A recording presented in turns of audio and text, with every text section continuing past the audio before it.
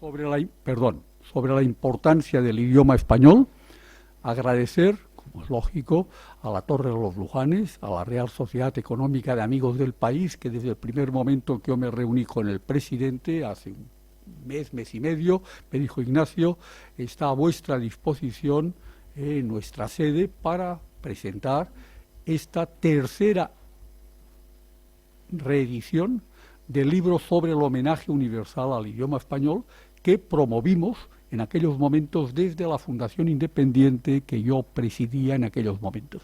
Voy a hacer muy telegráficamente unos cuantos datos que a todos ustedes les aproximarán a qué significó este homenaje al idioma español, que por primera vez en la historia, no solamente en España, sino en el mundo, nunca nadie lo había hecho. Concretamente fue la Fundación Independiente, que es una fundación creada en 1987 con un objetivo: lograr que todos los ciudadanos, que todos los españoles seamos más asociativos, participativos, solidarios y democráticos. Esta fundación en el año 96 inició un ciclo que a algunos de ustedes les sonará, o a algunos de ustedes a lo mejor ha participado, ha asistido, el ciclo de homenajes universales a determinados españoles y españolas universales. El primero, que como es lógico tenía que ser, fue a Camilo José Cela, nuestro único premio Nobel, que le hicimos un homenaje, que asistieron unas casi 350 personas en una cena memorable en el Hotel Ritz de Madrid. Al año siguiente, al que elegimos como español universal, fue Plácido Domingo. La cena tuvo lugar en el Teatro Real.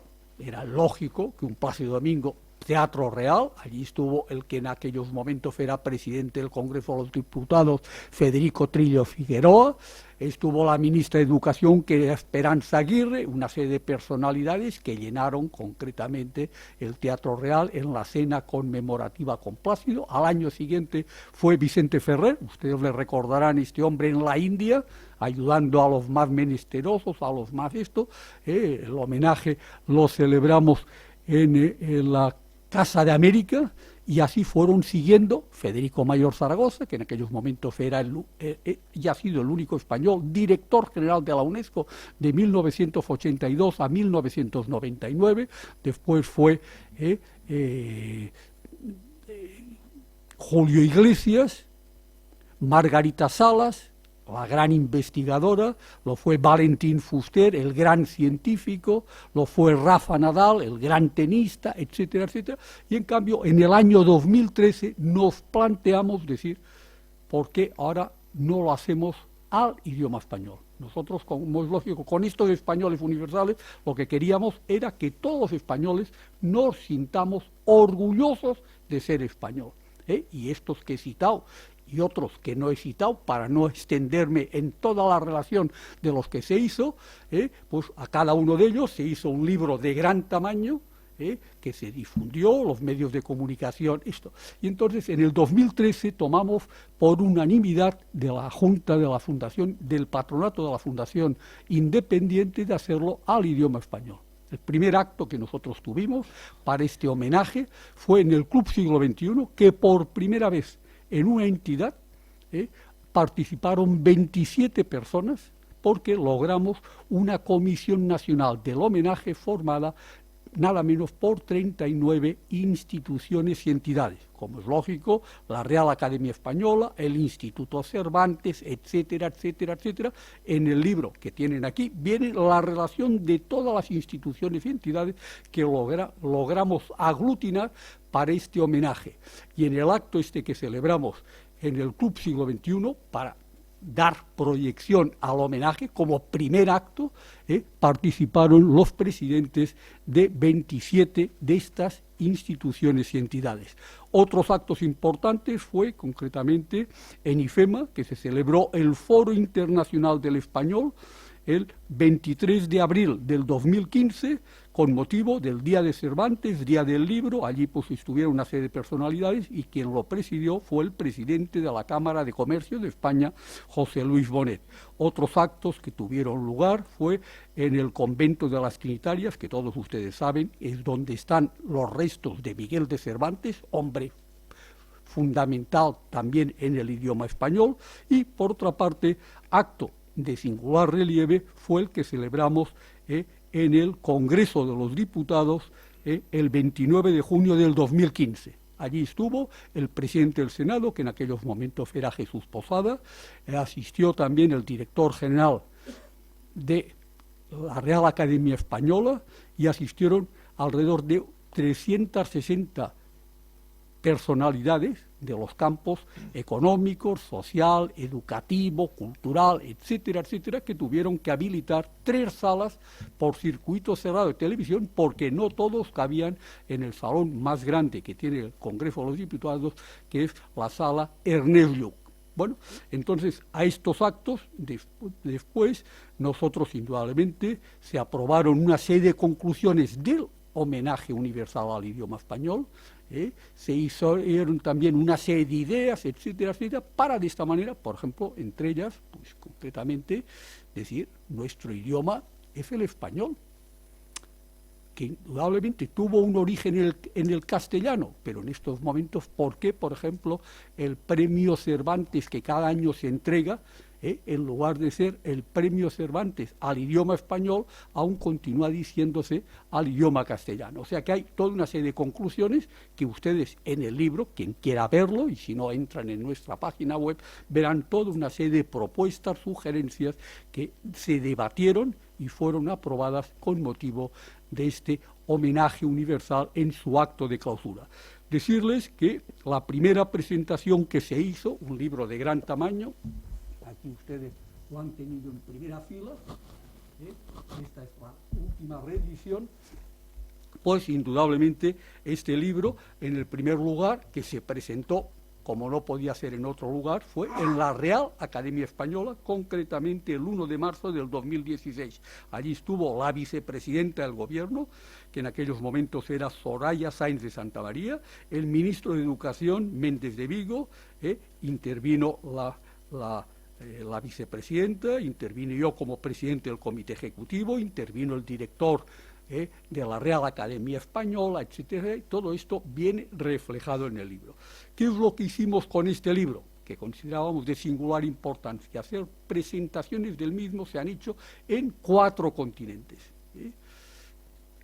Se entregó, como es lógico, por parte de la Comisión Nacional del Homenaje a Su Majestad el Rey, en el Palacio de la Zarzuela, concretamente el 2 de marzo del 2017, pero previamente yo lo había entregado personalmente al presidente de Guinea Ecuatorial, que aunque allí sea una dictadura, está promoviendo Guinea Ecuatorial el idioma español en África, y han logrado que todos los congresos internacionales que se celebren en el continente africano, aparte del francés y el inglés, que fueron los países que tuvieron más colonias en África, también esté el idioma español. Lo entregué también personalmente el libro en su primera edición al presidente de Costa Rica, al Papa Francisco, que es el primer papa hispano hablante, en más de 540 años, y por tanto en Roma le entregué el libro del homenaje, y así se ha entregado concretamente, se ha hecho presentaciones en el Instituto Cervantes de Nueva York, en el de Rabat, en el de Tokio, etcétera, etcétera. En el libro viene también podríamos decir, un testimonio de Su Majestad el Rey, pues indudablemente apoyando el idioma español. Con motivo del 5º aniversario del homenaje, hicimos en el Club Siglo XXI un acto conmemorativo de presentación también del libro, y que hubo determinadas intervenciones, entre ellas, como es lógico, el presidente del siglo XXI, Nicolás Redondo Terreros, el rector de la Universidad de Córdoba, que al mismo tiempo es el presidente de la CRUE de todas las universidades españolas, también intervino allí concretamente el director general de la Fundación Carolina, el presidente de la Real Liga Naval Española, el presidente de la Academia de la Diplomacia, etcétera, etcétera, toda una serie de personalidades. Y este año, con motivo de la celebración del 10º aniversario, consideramos oportuno hacer un acto de presentación del libro, reedición del libro, que aquí nos acompañan 3 de las entidades que hemos incorporado su testimonio. Hubo 2 entidades fundamentales para esta reedición del libro, como fue la fundación que preside este señor, que después tendrá una intervención importante, y por otra parte Iberia, que fueron las 2 entidades que han ayudado fundamentalmente. También las otras están en estos momentos ayudando. Yo después voy a hablar del 10º aniversario, pero ahora por orden alfabético va a intervenir en primer lugar. Intervienes tú por orden alfabético, por tanto, tú como... No, por orden alfabético el primero que interviene es Fernando. Fernando Lucerón Ejido, presidente de la Fundación César Ejido Serrano, que es una fundación de singular importancia. Él les informará de los objetivos de esta fundación, que tiene una fuerte proyección internacional, a través de unos relatos que cada año viene fomentando, que viene promoviendo nuestro idioma en los 5 continentes. Fernando, tienes la palabra. Muchas gracias, Ignacio. Muchas gracias a todos.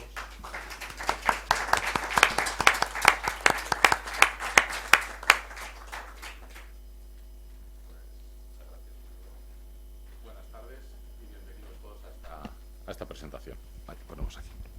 Se escucha bien, ¿no? Pues bueno. Ahí mejor. Cuando Ignacio me propuso colaborar con la 3ª reedición del libro Homenaje Universal al Idioma Español, la verdad es que no lo dudé. Además, quisiera darte las gracias por contar con nosotros para ello. Yo considero que es una obligación difundir y homenajear el idioma que es utilizado por más de 500 millones de personas en el mundo, en los 5 continentes. Un idioma que desde el siglo XVI ha sido nexo global de unión entre los pueblos, y un idioma que probablemente ha protagonizado la que yo pienso que fue la primera gran globalización del mundo, y que cambió la forma de comunicarnos y de relacionarnos entre las personas y las distintas naciones. Y permitidme un momento que diga unas cifras, ¿no?, para poner en contexto la importancia de nuestro idioma a nivel global y que no se nos olvide el enorme potencial del mismo. Pues mismo, según el último informe del Instituto Cervantes, un total de 496 millones de personas tienen el español como lengua nativa. Son 3 millones de personas más que las cifras del año pasado. Por lo tanto, podemos decir que el idioma español sigue creciendo cada día más y sigue en auge.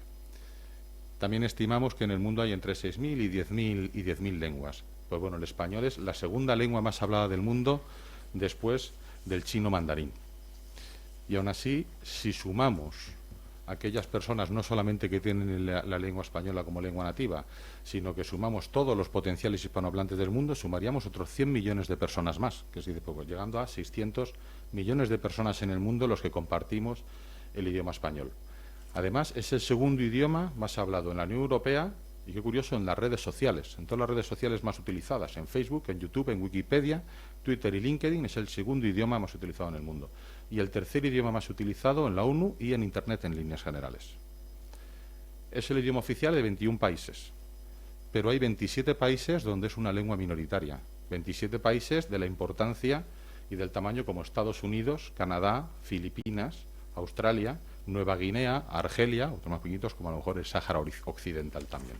En estos países son de donde vienen estos 100 millones de hispanohablantes que se suman a los nativos.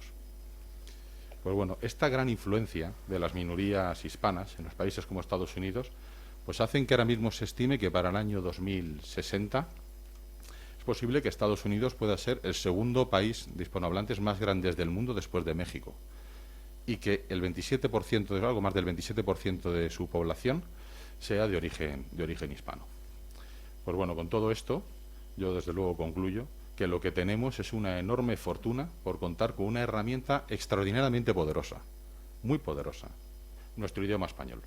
Es una herramienta muy poderosa para unir a los pueblos, fomentar nuestra cultura y enriquecernos con el contacto con otras diferentes.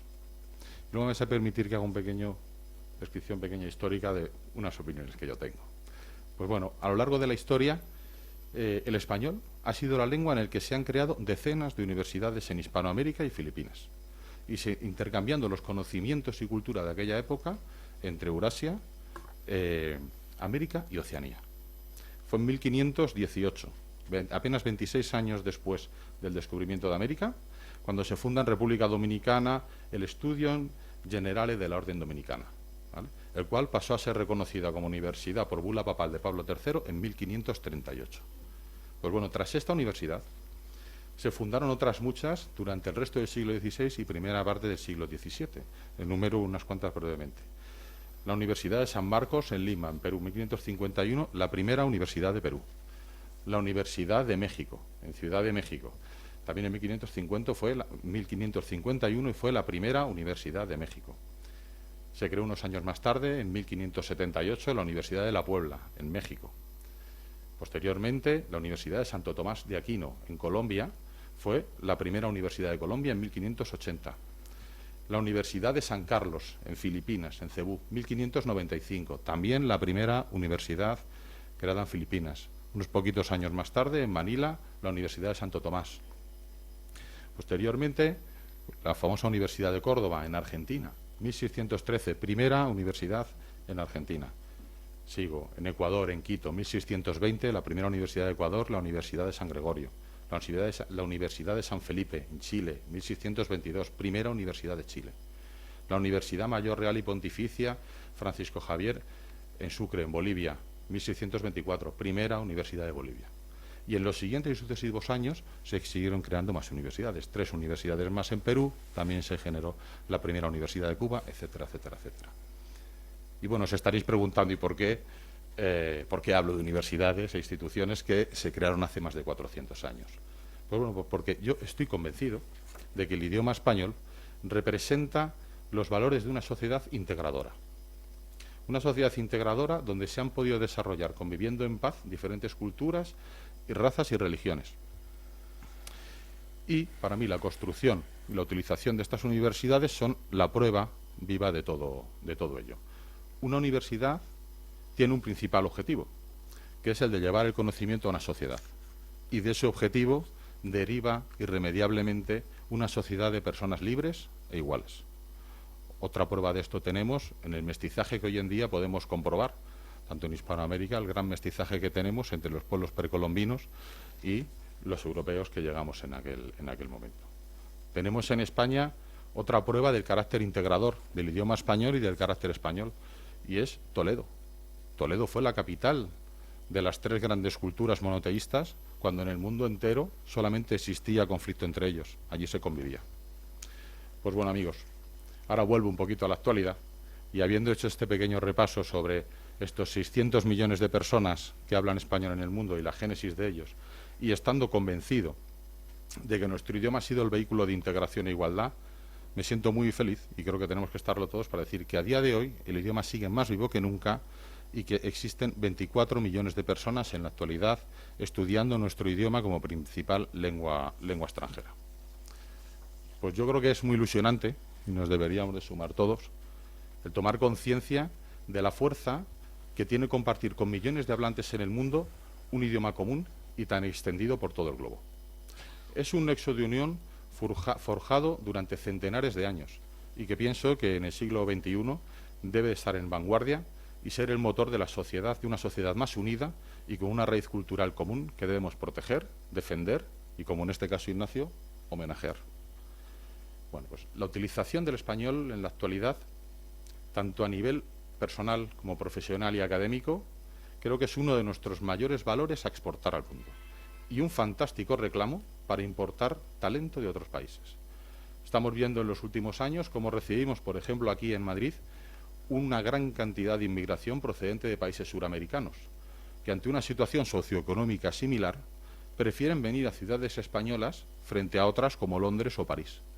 Pues bueno, yo estoy convencido que aquí es el nexo cultural y lingüístico el que acaba teniendo un gran peso específico en esta decisión.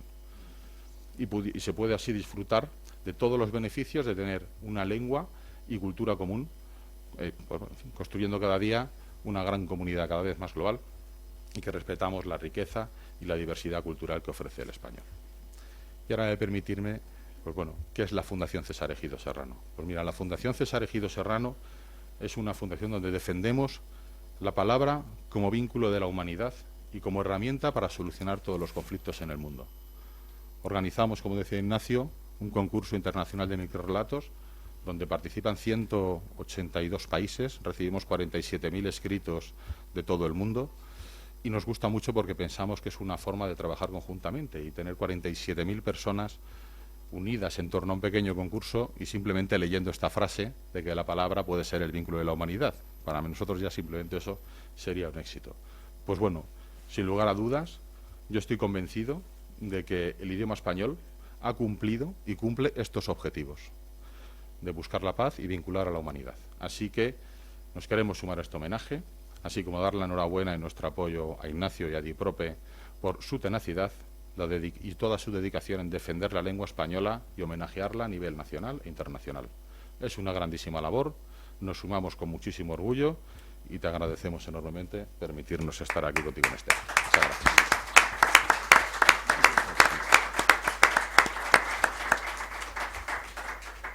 Muchas gracias al presidente de la Fundación César Ejido Serrano, Fernando Lucerón, por sus palabras, porque indudablemente nos han abierto un horizonte importante y, sin lugar a dudas, a todos nos han enriquecido. A continuación será Diego Moldes, que es el director de Relaciones Institucionales de la Fundación de la Universidad Antonio de Nebrija. Me permito recordar, que antes ya lo he dicho, que el año pasado se celebró el 5º centenario de Antonio de Nebrija. Nosotros habrán visto ustedes que en el libro, ya desde la primera edición, viene concretamente la gramática de Nebrija, por la sencilla razón que es un referente importante a nivel internacional. Por tanto, Diego, tienes la palabra. Muchas gracias, Ignacio. Gracias a todas las instituciones que han organizado este acto. Buenas tardes. Como escritor en español y como director de Relaciones Institucionales de la Fundación Nebrija, es un placer para mí dirigirles estas palabras en este homenaje universal al idioma español. Yo soy doctor en comunicación audiovisual, soy historiador de cine, pero en los últimos 4 años y medio aproximadamente he tenido que desempeñarme en el mundo de la lengua española, en el mundo de los filólogos y los lingüistas de nuestro idioma, ¿no? Esto se debe a una doble actividad que complementa mis quehaceres como ensayista, como poeta, como novelista. Por un lado, se ha dicho aquí, está el tema del 5º centenario de Nebrija, pero antes quería decir que tenemos un Observatorio Nebrija del Español, que lleva funcionando 1 año y medio, del cual yo soy miembro del Consejo Científico, dirigido por mi colega José Luis García Delgado, que retoma lo que ya hacía en Fundación Telefónica con el valor económico del español y lo amplía a otras áreas, ¿no? Después, en el turno de preguntas, si alguien quiere que le explique en qué consiste el observatorio, que no es solo de nuestra universidad, hay universidades españolas y extranjeras en el mismo, pues puedo explicar las líneas de trabajo que llevamos a cabo, ¿no? Y por otro lado, y se ha dicho aquí, mi papel como coordinador del Comité de Actividades de la Comisión Interadministrativa del 5º centenario de Antonio de Nebrija, ¿no? Acontecimiento de excepcional interés público, aprobado a partir de una PNL, esto es importante, una propuesta no de ley, votada de forma unánime por todos los grupos parlamentarios. Hay en el Congreso, como ustedes saben, 10 grupos parlamentarios que aglutinan a 25 o 26 partidos, y se aprobó por unanimidad sin excepción, lo que es una cosa bastante rarísima en el panorama actual en el que estamos, como todos ustedes saben, ¿no? Lo cual, desde mi punto de vista, de la institución que represento, habla muy bien del consenso que tiene Antonio de Nebrija como padre de la lingüística española, ¿no? Se han realizado más de 200 actividades con un impacto en medios de opinión pública valorado en más de 20 millones de euros en el índice Kantar, Arrancó con una gran gala en el Teatro Real, presidida por Su Majestad el Rey Felipe VI, que ha estado también en otro acto relacionado con Nebrija, hasta el último Congreso de la Lengua en el CIL en Cádiz el pasado mes de marzo, y otras actividades que tendrán lugar en Neuchâtel, en Suiza, de la Asociación Internacional de Hispanistas en el mes de julio, institución que fundó Menéndez Pidal, como ustedes saben, en Oxford en 1962, hace ahora 61 años. En ambos congresos hubo y habrá actividades académicas y culturales relacionadas con nuestro más insigne humanista, ¿no?, Antonio de Nebrija. Al fin y al cabo, y se ha dicho aquí Ignacio, su gramática sobre la lengua castellana, cuya impresión concluyó el 18 de agosto de 1492 en Salamanca, digo la fecha exacta porque en ese momento estaba Cristóbal Colón recogiendo víveres, como ustedes recordarán, en las Islas Canarias para continuar su viaje al Nuevo Mundo, ¿no?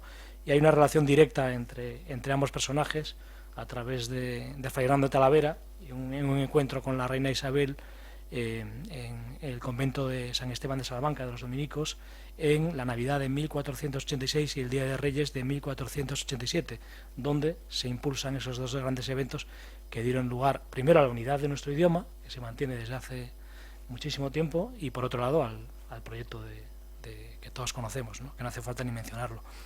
Bien, hay que decir que esta gramática sobre la lengua castellana, me ha gustado verlo en la portada, Ignacio, es antes que nada, y esto lo dijo el difunto catedrático de Salamanca, Gómez Asencio, que en paz descanse, un tratado para enseñar español a los no hispanohablantes. Esto es importante. En el momento de que se publicó fue un fracaso absoluto, no se volvió a reimprimir hasta el siglo XVIII, y realmente fue una rareza que Nebrija hizo pensando en los no hispanohablantes, porque como todo el mundo sabe, como todas las universidades de la época, desde Bolonia, Salamanca, etcétera, etcétera, París, Oxford, Cambridge, luego Alcalá de Henares, Sevilla, la lengua de estudio era el latín, no era el castellano, ni ninguna lengua vernácula.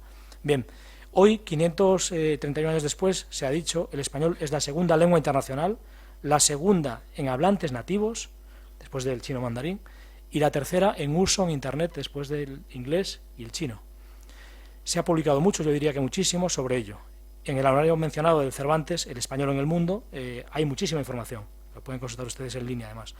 Quedan retos, sin duda, como la escasa presencia en los papers científicos, donde el inglés es tan hegemónico más de lo que fue el latín en las universidades en vida de Nebrija.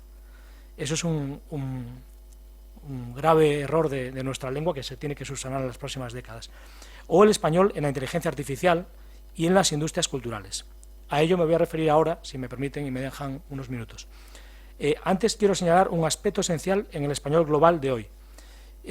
Existen hoy en el mundo, de los que se ha mencionado aquí, mencionó Fernando hace un momento, más de 100 millones de hispanohablantes que viven en países no hispanohablantes. Más de 100 millones, en concreto 103 millones según todas las estimaciones. Quiere decir esto que en Europa somos 91 millones de hispanohablantes y de ellos más de 42 millones, España tiene 47, recordemos, no viven en España, viven en otros países europeos, Francia, Alemania, Reino Unido, Italia y Suiza. 42 millones, quédense con esta cifra.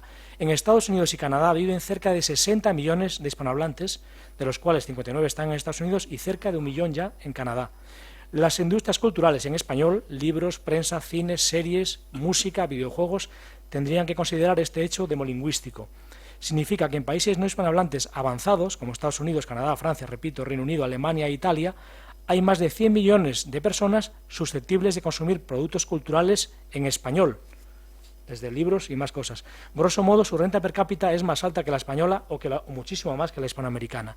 Gran parte de ellos, y esto también es importante, son bilingües o trilingües.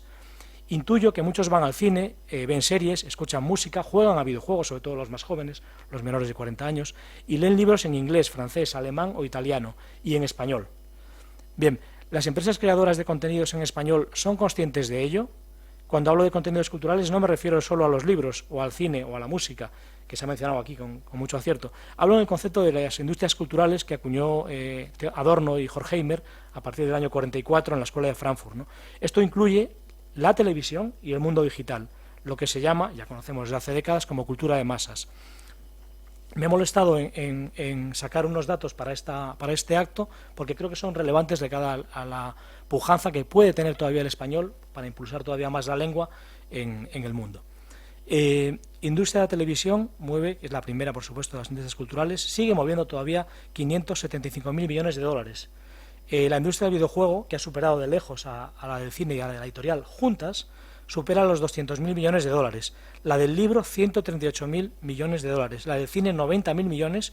Y la industria musical, 36.000 millones, sumando la grabada con la música en directo.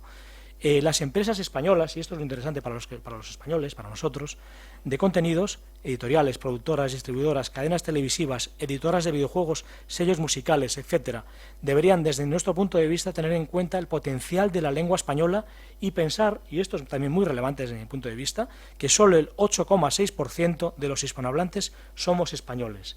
Yo tuve la suerte de que mi presidente de tribunal de tesis fue Darío Villanueva, exdirector de la RAE Academia, y hablamos mucho de esto, ¿no? Más del 91%, y lo comentan todos los académicos de la RAE, esta mañana he hablado con un par de ellos, de los consumidores de contenidos en español no son españoles, más del 91%. Esto, a veces el sesgo de ser españoles no nos hace ver esta realidad, de que ya somos una minoría dentro de la lingüística española, ¿no?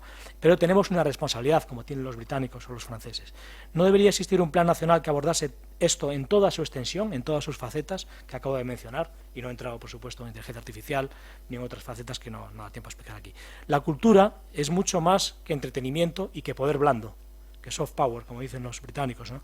La cultura es, en este caso, la cultura en español, es lo que nos define como seres humanos y da un sentido a nuestra existencia.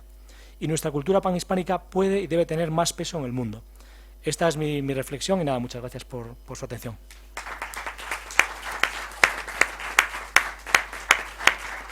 Muchas gracias, Diego Moldes, por los datos que nos has aportado, indudablemente. Nos acrecienta a todos la importancia, perdonen ustedes, que no haya pulsado en su momento el micro correspondiente.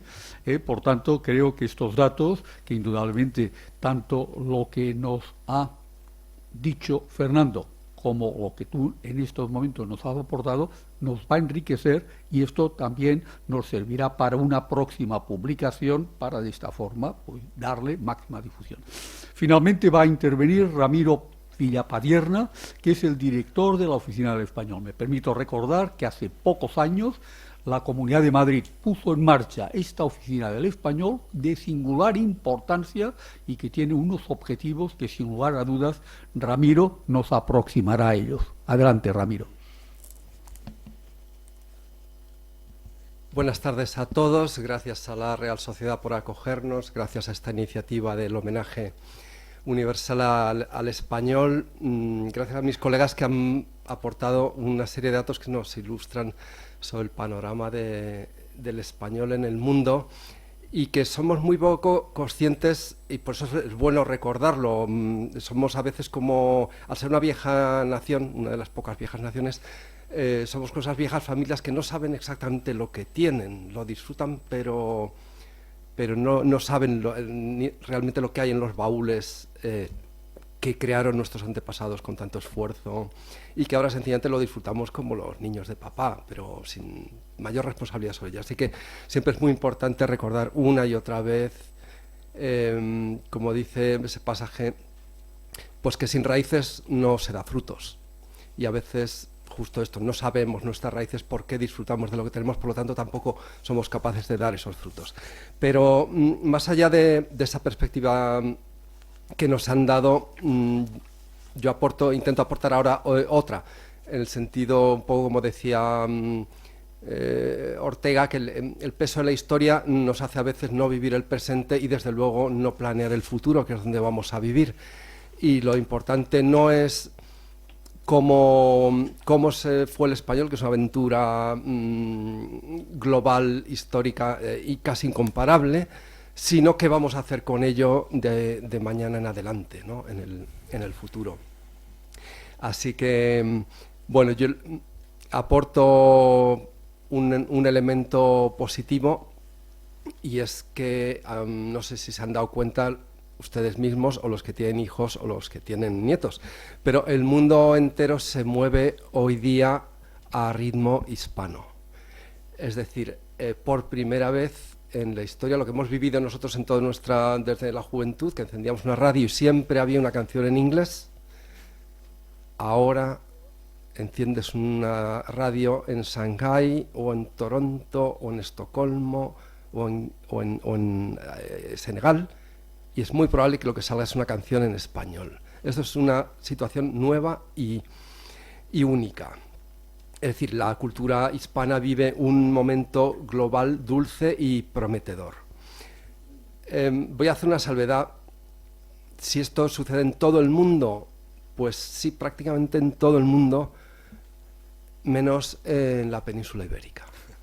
En algunas regiones de España contrasta la instrumentalización política y el desdén con que se trata esta afortunada herencia de la que gozamos, envidiada por tantos países de nuestro entorno que están obligados a hacer esfuerzos ímprobos por mantener sus culturas y sus lenguas, que son pues menos dichosas internacionalmente que la nuestra.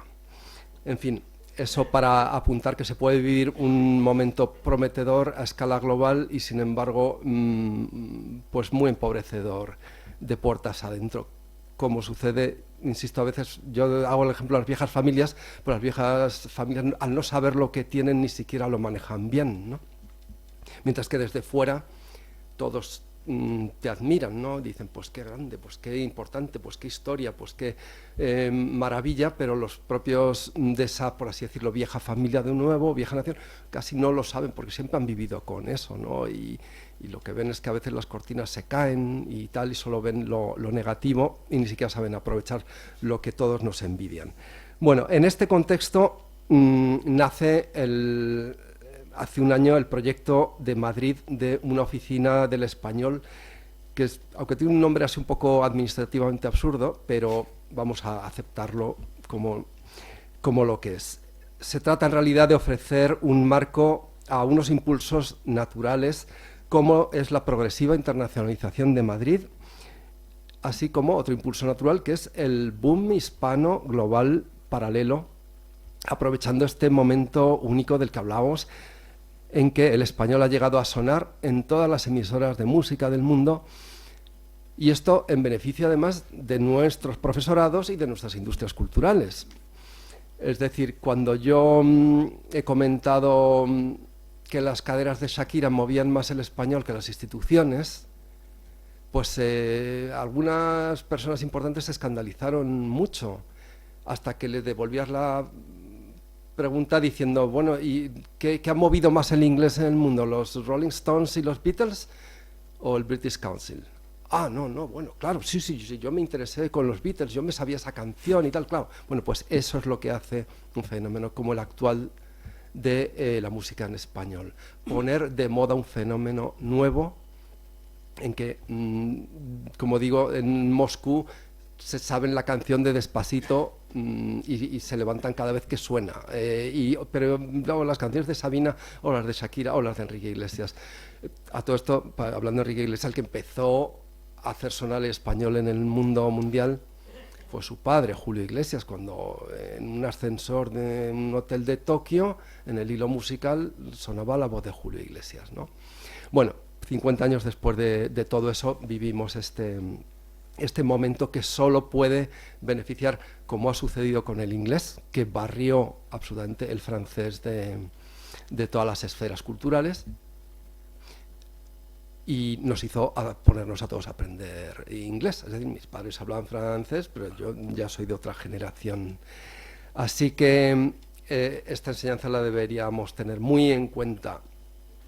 Bien, continúa este espíritu madrileño que ha lanzado, y hay que decirlo, es la presidenta de la comunidad la que lo ha visto, con esta nueva pequeña América que tenemos instalada en Madrid, que han llegado de todas partes de América y han llenado de talentos y de colores y de aromas distintos, y han llenado el cine con sus artistas y han llenado los teatros y el mundo de la canción, etcétera, etcétera. Este espíritu madrileño busca reconocerse realmente como un puerto de acogida y de destino de toda esta América joven, que recordemos, los continentes más jóvenes del mundo, y sumar con ello creatividad, proyectos y rentabilidad al conjunto de España. Es decir, Madrid, cuando hace esto, lo que le importa son las industrias culturales de España, no qué hacemos los madrileños, sino aportar algo al conjunto. y suman con ello una creatividad nueva, unos proyectos y una rentabilidad, sin ninguna de esas tentaciones ombliguistas que se ven hoy muy de moda en otros lugares, que es somos nosotros para nosotros. No, en este caso este es un proyecto que lo hace Madrid para todos, para todo el conjunto de España y para todo el conjunto de hispanohablante del mundo. Así que ojalá otras ciudades y regiones, en vez de despertar envidias, pues sigan este ejemplo, y que sea Salamanca, y que sea Santiago de Compostela, y que sea Sevilla, y que sea Barcelona, que ha sido tan importante en la difusión del español también, los que sigan este ejemplo, porque en el mercado, por así decirlo, el mercado del español, que al fin y al cabo es un mercado contante y sonante, hay tarta para todos, y competimos además con grandes polos culturales en el mundo, como son México, como son Buenos Aires, como son Miami, como son Los Ángeles. Es decir, tenemos el baremo de la competición muy, muy alto. Por ello, instituciones y agentes culturales de todas las comunidades y fuerzas políticas deberían convenir en que la cultura, la educación y la lengua común deben gozar de una especie de un pacto común, yo diría un poco como fue el Pacto de Toledo hace 50 años, ¿no? que garantice el respaldo colegiado de todos los ciudadanos, de todas las fuerzas políticas, y una mejora entre todos de lo que hoy podríamos decir prácticamente que es nuestro único petróleo. No tenemos otras cosas. Nos pongamos como nos pongamos, no hay nada que sea comparable al negocio del español. Así que lo deberíamos de tratar como nuestro petróleo. Hay que ver realmente cómo otros institutos culturales, yo no lo he dicho al principio, yo he vivido 30 años fuera de España y he regresado hace un año y pico para encontrarme un Madrid distinto y una España distinta. Pero lo que sí me ha dado una perspectiva es de cómo se trabaja en la cultura fuera, ¿no? En otras lenguas, mucho menos afortunadas, en otros países, otros usos, y la importancia que le dan a la cultura y a la educación. Así que los esfuerzos que hacen son ímprobos, envidian esa especie de petróleo que tenemos nosotros, que nos ha tocado, y ellos nos miran un poco como nosotros miramos a esos países árabes que tienen petróleo porque sí. Y dices, pues qué envidia, a nosotros nos sale carísimo importar el combustible, ¿no? Bueno, pues el Instituto Goethe alemán, el Instituto Italiano de Cultura, el Instituto francés, el British Council, el Instituto Sueco de Cultura, nos miran a nosotros un poco como esos árabes que tienen petróleo debajo y que muchas veces ni siquiera lo valoran o no lo saben del todo, y tienen que venir otros a explotarlo por ellos, además, ¿no? Entonces, digo, no seamos como esos que están sentados encima de un capital como es el español y las culturas en español, y no alcanzamos a saber ni cómo explotarlo, porque como no lo hemos inventado nosotros, como nos viene desde Nebrija, desde Colón, desde Magallanes, estos que globalizaron en esta aventura cultural tan importante. Así que es cierto que a veces desde fuera llegamos a parecer esa vieja familia que lleva viviendo sus rentas demasiado tiempo, y los jóvenes lo único que quieren es vivir un poco mejor y disfrutar de lo que tienen, pero no sienten la responsabilidad fundadora que, por ejemplo, yo he visto en países muy jóvenes. La mayor parte de los países europeos son jovencísimos, salvo las viejas naciones Inglaterra, Francia, España y Portugal. Todo el resto de Europa apenas tienen 100 y pico años, y muchos de ellos no tienen ni 30 años. Pero el esfuerzo cultural y educativo que hacen de saber que están fundando su país es una apuesta educativa. Nosotros, como nacimos muchísimos siglos antes, pues nunca se ha hecho realmente, ¿no? Y sufrimos las consecuencias. Tenemos una serie de ventajas, pero sufrimos una serie de desventajas. Hay que ver cómo Estonia, un país pequeñísimo, realmente ha entendido un nicho de influencia en el mundo, y la educación digital, bueno, pues han convertido en pioneros, y es que es un país más pequeño que la mayor parte de las provincias españolas. Es decir, a nosotros nos falta ese impulso fundacional que tienen otros que se están fundando en este siglo, ¿no? o en los últimos 30 años. Hay que recordar que la imagen y la realidad de España es eminentemente cultural, como prácticamente solo le sucede a Francia y a Italia, que son países cuya imagen en el mundo es prácticamente solo cultural. Y digo Italia y Francia, que pese a eso tienen grandísimas industrias, son países mucho más industriales que España, ¿no? Pero como es visto en el mundo es prácticamente con el estilo de Francia, la cultura de Francia, y con Italia pasa exactamente lo mismo. Así que son ejemplos vecinos nuestros que trabajan muy bien cómo ser percibidos en el mundo y que innovan, sí, siguen innovando, pero sobre lo que ya orgullosamente saben que es su herencia, que no la ignoran y sobre la cual no tienen vergüenzas pacatas, y saben perfectamente lo que son y no dejan de innovar sobre esa imagen que quieren que el mundo tenga sobre ellos mismos. El otro día, el sábado, hemos visto una operación de marketing como probablemente no hayamos visto nunca en la historia, de cómo un país pretende que los demás les vean a ellos mismos, ¿no? Con la coronación de Carlos III. Bueno, eso es saber lo que quieres hacer y aunque seas un país que tiene la 10ª parte de la influencia que tenía hace 50 años, sin embargo, hace que todo el mundo esté colgado de las pantallas de televisión durante un día entero y que sintamos a ese rey casi como si fuera el nuestro, ¿no? Eso es diplomacia cultural. Bueno, desde esa asunción, y vuelvo a lo del pacto que decía, en lo cual debería colaborar toda la sociedad española, los partidos políticos, como fue el famoso Pacto de Toledo, a mí me gustaría que tuviéramos un pacto de Alcalá, ya que Alcalá es ese lugar que produjo a ese personaje único, que ha dejado una herencia única en el mundo, como es con un solo libro habernos hecho ser percibidos en el mundo entero de otra manera. Entonces no estaría mal que lo llamáramos Pacto de Alcalá, pero que en cualquier caso fuera un pacto por la educación y la cultura indiscutido por todos, sabiendo que estamos jugando con nuestro petróleo y con el futuro de nuestros hijos. Así que de ese modo asumir sin problemas nuestra alma cultural, que es muy singular, pero asumir que la tenemos que mejorar cada día y desde luego viviremos en el futuro, no viviremos en el pasado. Así que nos debería importar un poquito menos la leyenda negra que qué va a ser del español y de nuestra cultura y de nuestras industrias culturales en las próximas décadas. Una cultura que abraza 2 continentes y que se ha visto infundida por el espíritu de ambos continentes, tanto del espíritu europeo como del espíritu americano, como no hay ninguna comparación posible. Es decir, Londres o París no han llegado nunca a ser una combinación tan exitosa de 2 continentes como lo ha llegado a ser la cultura hispánica y la propia España. Así que necesitaríamos ese acuerdo transversal por encima de partidismos, porque en ello nos va el futuro y nos va de lo que vamos a comer, mucho más de lo que creemos, porque esta moda hispana global no existía hace 20 años como tal y probablemente no exista tampoco dentro de 20 años. Así que este es el momento de tomárselo muy en serio.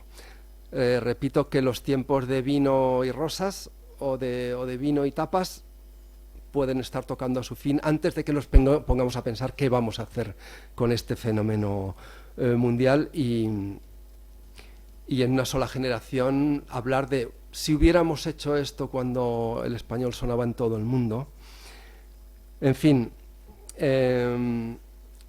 aprovechemos que en estos momentos estamos en un punto álgido, en una influencia cultural global, como vemos por la música, es absolutamente única, pero no tiene sostén político porque falta una política cultural exterior común y nunca la ha habido, digámoslo ya de paso. Así que seguramente sea sustituida a partir de un momento, salvo que hagamos algo en este presente y en los días de mañana. Así que si para entonces, en el momento en que surja la música china, que ya nos está colonizando, aunque no nos demos cuenta, o la coreana, si para entonces no tenemos ya algo nuevo y mejor que ofrecer, pues probablemente la posición y la influencia de lo español declinarán irremediablemente en el mundo y es difícil que volvamos a coger una onda similar. Junto a esto, quiero recordar además que la fuerza emocional e idiomática de la música es incomparable. Todo el mundo lleva la música en su cabeza. Hoy día además la llevamos en el móvil, la música nos acompaña. Es decir,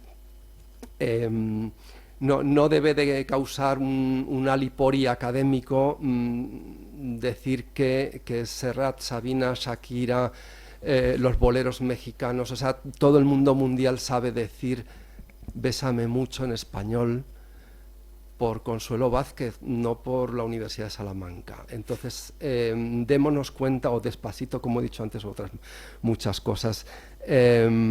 Así que no causa el hipore académico el dar valor, como por ejemplo han dado a los ingleses, y vuelvo al sábado al concierto de la Coronación, y porque el mundo entero habla en inglés, no es por el rey de Inglaterra, es por el pop inglés. Y como lo han sabido aprovechar el momento que el Imperio Británico empezó a decaer, inventaron el pop inglés y desde entonces todo el mundo habla inglés. Es para anotárselo. Así que, en fin, admiramos que la música es el principal vehiculador de una cultura y de una lengua por encima de otras artes y proyectos académicos, que no dejan de ser importantes. Hoy el mundo entero baila a ritmos hispanos, así que consideremos esta oportunidad, que tal vez es inmerecida, pero es singularmente afortunada y claramente envidiada por todos los países de nuestro entorno. Esto es la nota positiva que quería aportar. Pensemos en el futuro, que está a la vuelta de mañana. Gracias a todos. Muchas gracias, Ramiro, por tus palabras, que indudablemente nos han dado una visión diferente, que siempre es enriquecedor. Yo, para finalizar el acto, antes de pasar a si hay un coloquio, si hay alguien que quiera hacer alguna pregunta, etcétera, etcétera, les voy a trasladar, decir, este es el primer acto de la presentación de esta, como antes se ha dicho, tercera reedición del libro Homenaje Universal al Idioma Español. Que ustedes sepan que el próximo día 12 de junio tenemos una segunda presentación importante, nada menos que en el Instituto de España, que es la sede de las Reales Academias, en la calle San Bernardo. Tendremos la segunda presentación y tenemos presentaciones previstas en la mayor parte de comunidades autónomas. Sin lugar a dudas, tenemos que proyectar la importancia que tiene el idioma español. Tenemos que hacer una pedagogía. Estos últimos años, por desgracia, no se ha hecho, porque siempre yo digo, que en la educación está la solución de muchos de los problemas que vive nuestra sociedad, en lo político, en lo económico y en lo social. Por tanto, tenemos que hacer una verdadera pedagogía.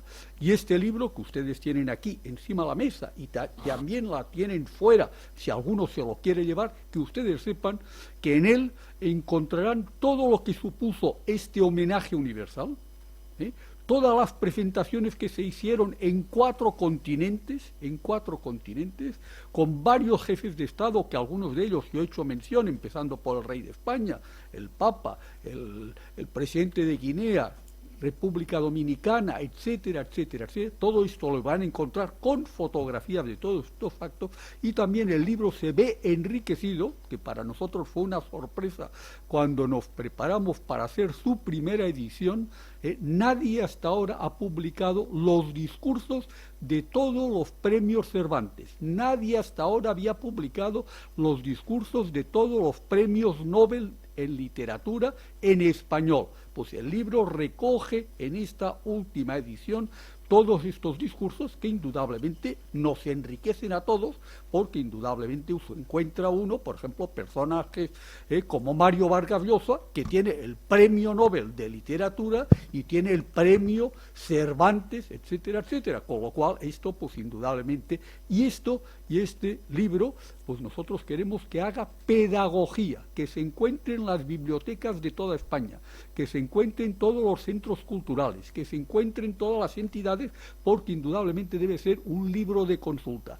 Y lo que ha hecho la sociedad civil, porque indudablemente esta fundación que promovió este homenaje universal es una fundación privada, que en la que su presidente nunca ha cobrado ni un euro, y que vierte su tiempo al servicio de todos los demás, y que en estos momentos esto lo está haciendo la Fundación Adiprope, como antes yo les he dicho, para la promoción y difusión del patrimonio mundial de España, que sin lugar a dudas, parte de este patrimonio mundial de España no es simplemente un patrimonio cultural, material e inmaterial, que somos el cuarto país del mundo con más patrimonio reconocido por parte de la UNESCO. en este patrimonio, sin lugar a dudas, tiene un lugar muy destacado el idioma español. Por tanto, estamos a disposición de todos ustedes para de esta manera hacer pedagogía, dar difusión y que todos nos podamos sentir orgullosos de nuestro idioma. Muchas gracias y a disposición de todos.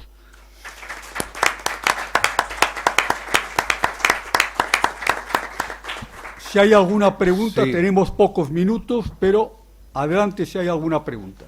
Hay un micrófono.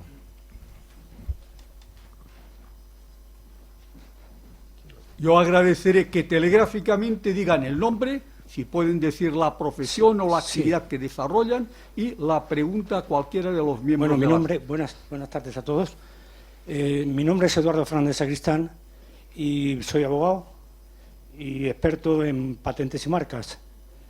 Entonces, yo quería preguntar, que estoy conforme con todo lo que han dicho todos los ponentes, pero he notado en mi profesión, cuando he trabajado por esa institución como la Oficina de Patentes y Marcas, que todavía el español no hemos conseguido meter el pie para que las traducciones de los proyectos, inventos,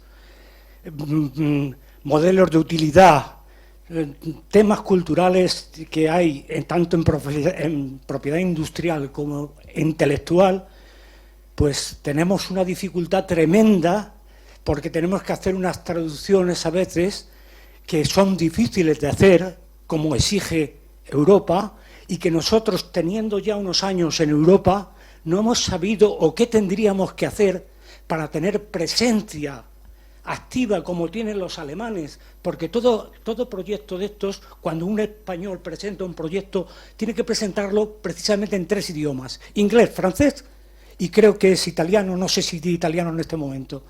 Entonces el español, pues se ve muy limitado. Cualquiera que quiera presentar una patente en Norteamérica, en Europa, que no puede, tiene que invertir una serie de dinero en que a traductores y toda esta historia para tener más presencia de España en esto. Yo le pido que cómo se podría arbitrar por esta fundación, que veo que tiene mucho posibilidades de ofrecer al mundo esta dificultad que tenemos los españoles, de cómo podemos que tengamos presencia, que sea ya como un idioma como Francia, como Alemania. Yo le agradezco mucho su pregunta y por otra parte, como que posiblemente en esta mesa no hay nadie que le pueda dar contestación puntual, no irnos por los cerros de Úbeda, yo sí que le agradecería, yo después le doy una tarjeta de la Fundación, del presidente de la Fundación, que soy yo, para que de esta manera nos mande esquemáticamente lo que usted tan bien ha dicho, para que de esta manera nosotros lo pasemos al departamento correspondiente para dar una respuesta, no a usted, sino a todas las personas que en estos momentos están sufriendo lo que usted manifiesta. Yo le agradeceré. Ignacio, ¿Alguna sí, otra pregunta? Yo puedo decir dos palabras perfecto. sobre Adelante. esto. Ramiro. Creo que se ha apostado únicamente por la difusión del español y no por la presencia del español. Ambos son mandatos, por ejemplo, del Instituto Cervantes, difusión y presencia.